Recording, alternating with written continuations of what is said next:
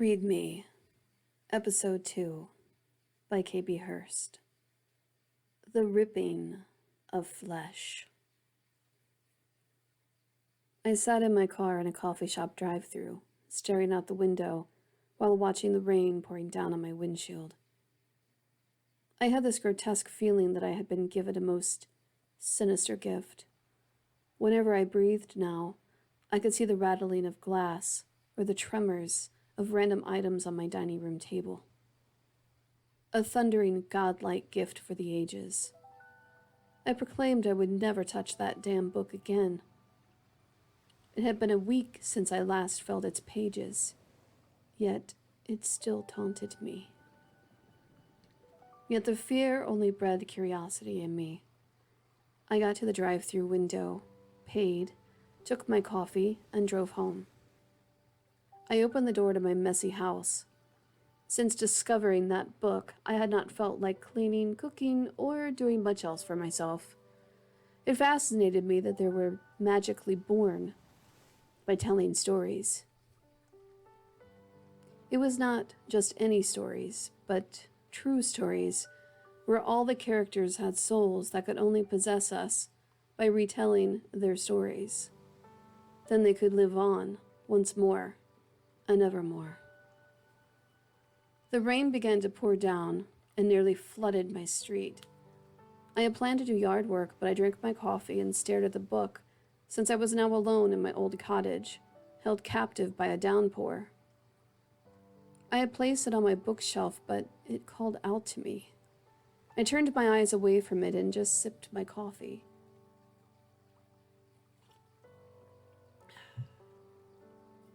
Then,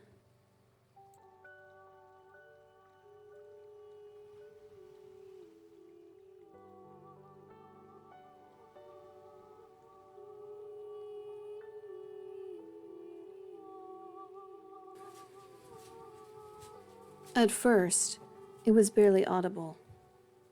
And then it got louder and louder.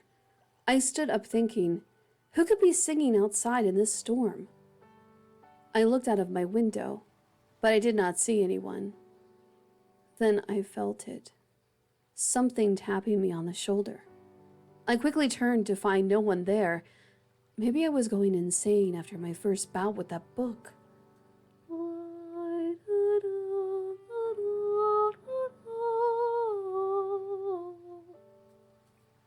The singing continued in a soprano voice.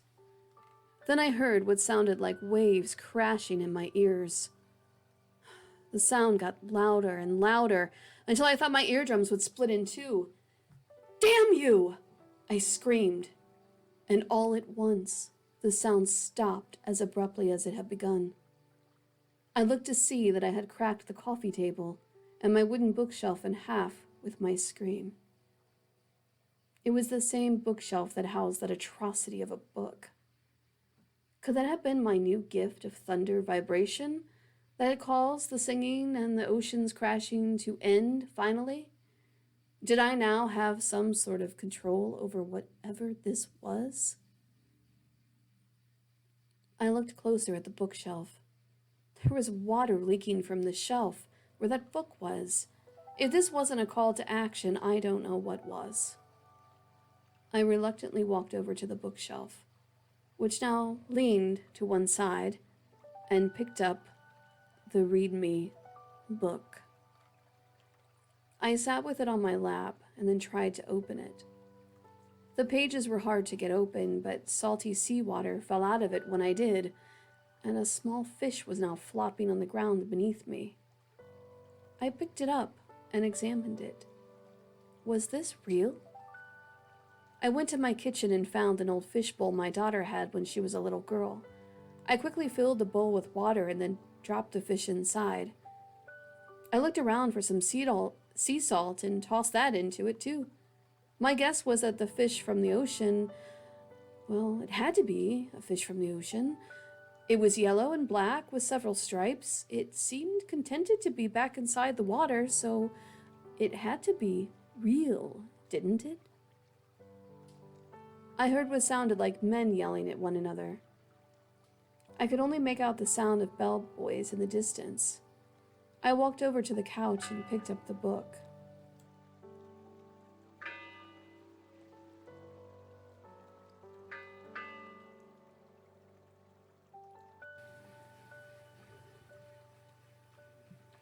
I looked down at it and then noticed it was still wet, but was now drying at my touch.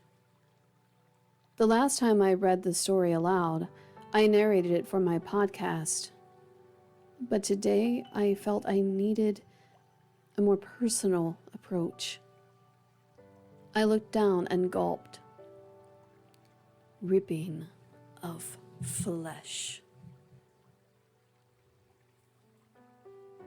I was born in Maine, where all the other lobsters live. I'm joking, of course. I'm not a lobster. Although, if you live here, you probably eat enough lobster to become one. Although my parents raised me right by a dock that led straight into the sea, I'd never been much of a water person. I was never much of a swimmer either, although I knew enough not to drown. Cecily, my father would say, "You'll drown one of these days if you don't learn how." But I ignored him, of course. By the time I was 17, I was still not much of a swimmer, but I knew I would be off to college soon enough, all the way to Phoenix for music. I loved to play the piano and sing to the tune of Stevie Nicks, Bob Dylan, and randomly, Loretta Lynn. The idea of living so far from the nearest water source sounded like heaven, especially if I've never had to endure the horrible sound of a buoy bell ever again. So my story began on a Friday night. It was getting closer to the end of summer. You could already see leaves changing and the temperature dropping. Yet my friends, my crew, you could say, decided on a late-night boat trip. I wasn't fond of being out on the small boat in the daytime, let alone at night where you couldn't see beneath you. Black water under a black starless sky what waited on us that night. I had this sick feeling in my gut that I couldn't place. My friends Janine and Samantha were with us, and our two other friends, Jason and Chase. Chase was the boat captain for the night, steering us into the bay to what seemed further and further from dry land lights. Chase slowed the engine, and we were now just floating. I realized why when he pulled out a joint from his pocket. "Anyone want to hit this?" "Sure," Samantha said, taking a hit and passing it to me. I shook my head. It made me sick the last time I smoked a joint, so I chose to pass. "More for us," Chase laughed. I rolled my eyes and continued watching the water. I tried not to look at it, but I grew increasingly nervous.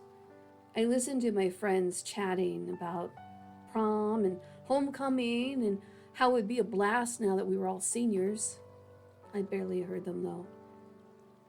I suddenly noticed a massive wave approaching the boat about 70 feet away at least. It dipped down and rippled in our direction, and then another wave rose closer to us. My first thought was sharks. It seemed irrational, but I had been increasingly fearful of them since I saw my father get bit by one fishing. It was a small shark, but knowing that things with teeth could spill your blood was rather traumatizing. I watched for a while longer, and I no longer saw the wave. It must have been something way further out than we were causing it. I tried to concentrate on the conversation we were all having when I felt the boat jerk. "What was that?" Jason asked, looking at me and then at Chase. "Oh, it's nothing. Probably a storm was coming soon. We can go back after I finish this." I wanted to go back now. However, I was too scared of looking like a dork in front of my friends. I held on to my seat and breathed a breath of relief when Chad began to start the engine back up. We were headed back to land. Then it happened. Something was following our boat. Something with amber eyes. I tried to ignore it, thinking it was glimmering from the lights in the distance. There was no distinguishing between two amber glimmers coming from under the water. Soon, they were only a few feet away from me, where I was sitting. I stared into those eyes, almost frozen, by their enchanting gaze. I heard what sounded like music, and I fell into a trance until Janine tapped my shoulder asking me if I were okay. I snapped out of it, and when I looked down at the water, I was overcome with intense fear. I backed away from the edge as those eyes got closer, but I lost my balance and fell into the water as I stood up. The cold, dark water embraced me, shocking my body into adrenaline. I went under, but soon I found my way to the surface. I choked, flopping my hands and feet, staying above water to see my friends. I heard them in the distance screaming for me. "There she is! Get her!" Samantha screamed. I could hear the boat, and I was getting closer to my friends as they were making their way towards me. And then it happened. I don't know how to describe. Several large emerged from the water and attacked by friends. It's the part of me. What? In a feeding frenzy like a pack of giant piranhas. They were splitting open Chase's neck and devoured Jason's legs first. Then Janine screamed, holding her hand out to me as though two of them split her in mid-air. They split her in half in mid-air. Oh my God, this was a nightmare. I had no idea what these grotesque things were. They had the bottom half similar to a typical mermaid. The top half was humanoid, but they had no hair or distinguishable top halves like breasts. But I got the impression these were the females of their species. Their faces were not hideous. If anything, they were quite beautiful.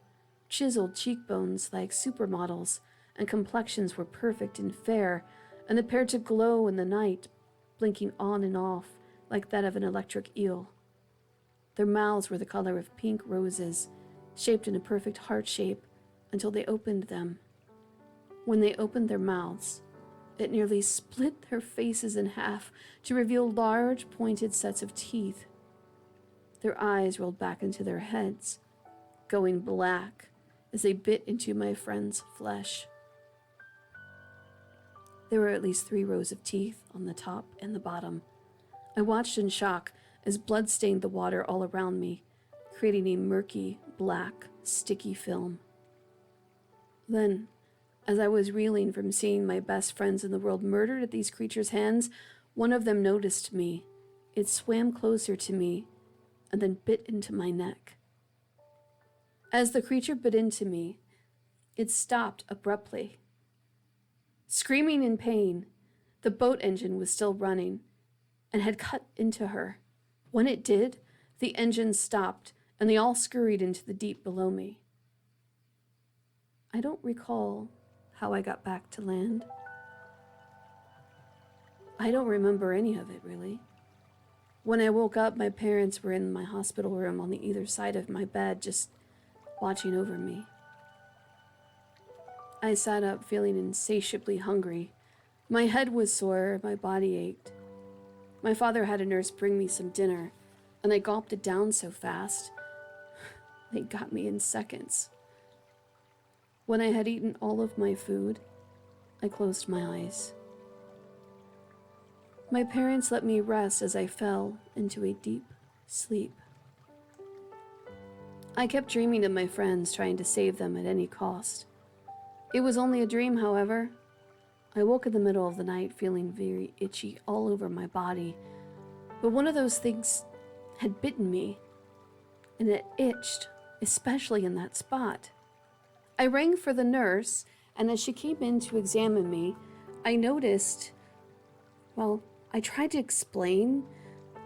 I explained what the issue was, and so they called the doctor. They thought I had some sort of infection and was now suffering from a terrible fever. They took my hand, and then they took my blood, and it was determined they had no idea what was wrong with me, and that was within a few hours. The itching did subside within a few days, and I was sent home. My doctor thought that perhaps I had an allergic reaction to something I had eaten that night. There was no firm explanation for it. My neck healed quickly, and there was only a scar now where the creature had bitten me.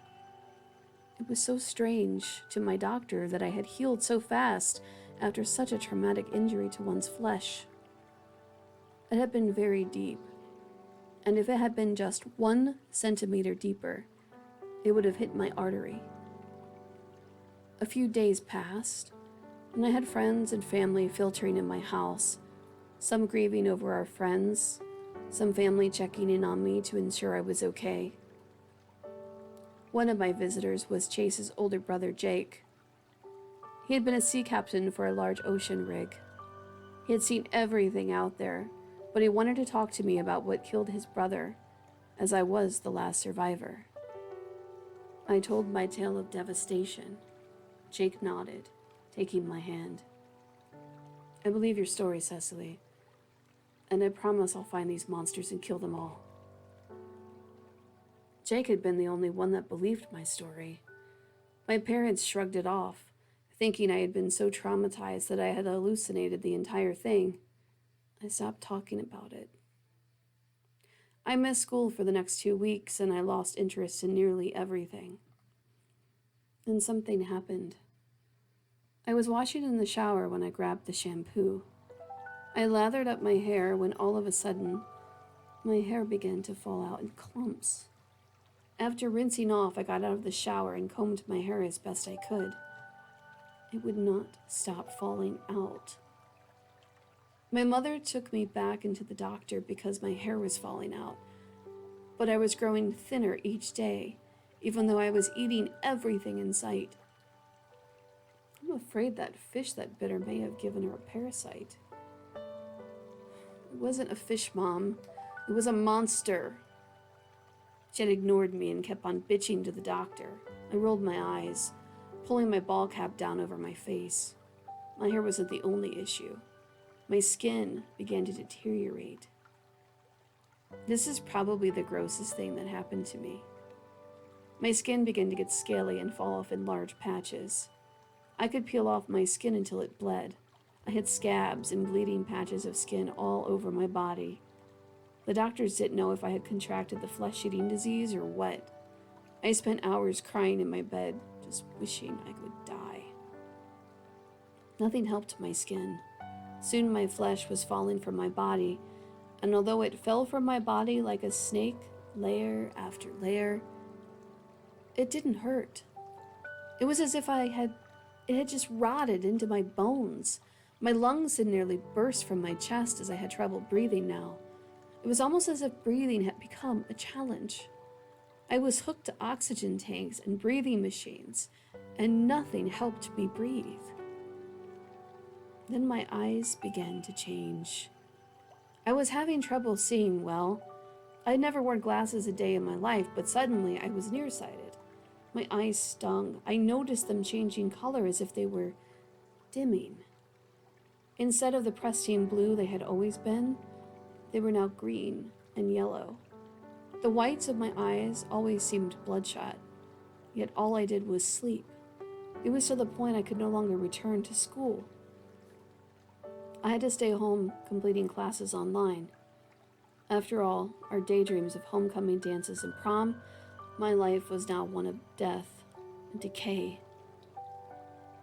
Then I decided I would go out at night and throw myself to the mercy of those amber-eyed bitches. Maybe they would eat me like they ate my friends. I only knew I could not live this way any longer. I walked towards the dock slowly, as I could barely move without my body falling apart. Each step, clumps of myself fell from my body in a disgusting array of vengeance.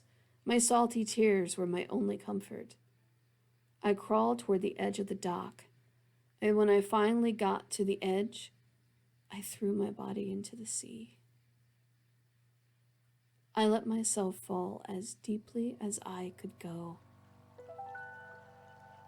Then I closed my eyes. I took a deep breath. For the first time in weeks, my lungs did not feel like they were on fire. I could feel no pain. My flesh began to feel like it was healing in the water. Then something strange happened. I began to feel like I was floating above my body. My soul was leaving my body. I could now watch on as I swam in the water.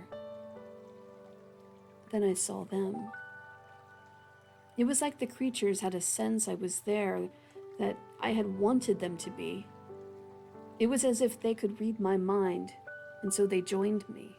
Surrounding me, they carried my body out into the sea. The amber-eyed monsters were now all around me. My feet were swollen as I had never seen anything before.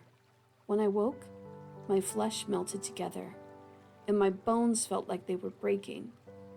I recall screaming from the pain as my inability to understand what was happening to me overtook my mind and my body. I woke to realize I had slowly become one of these amber-eyed monsters. My hands were webbed, my legs were wedged together, although they had not wholly merged. I was still half mermaid, half human freak. My hair was always on my head in patches. I felt like an infant in the womb, only half-formed but not utterly human, as though still in its lizard-like fetus stage. There was no reason for my transformation. What sort of infection could cause it? I had loved fictional stories like The Wolf Man. There was no story of a girl becoming a mermaid after getting bitten, or a piranha lady. God, would I even live through it? That's when I fell into a deep sleep. It could have been days, weeks, or even months. I awoke to a new body. The first thing I noticed was that my flesh had healed entirely. The second was that I could breathe underwater. I noticed that all of the hair on my body was now gone, and all of my distinguishing features. I settled in with my new pack of piranha maids. I noticed that they had a hidden talent to lure food to them. Want to know what mine was? I could sing. On the first hunt for food, we traveled together in sync. Our minds melted with one another. We were territorial, but with hive minds, similar to a school of fish or a swarm of bees. Some of them used talents like speed to surround their prey, or strength. Some used charm and hypnotism to get their game. I sang beautifully to lure fishermen off boats, to give up their catches to us very quickly.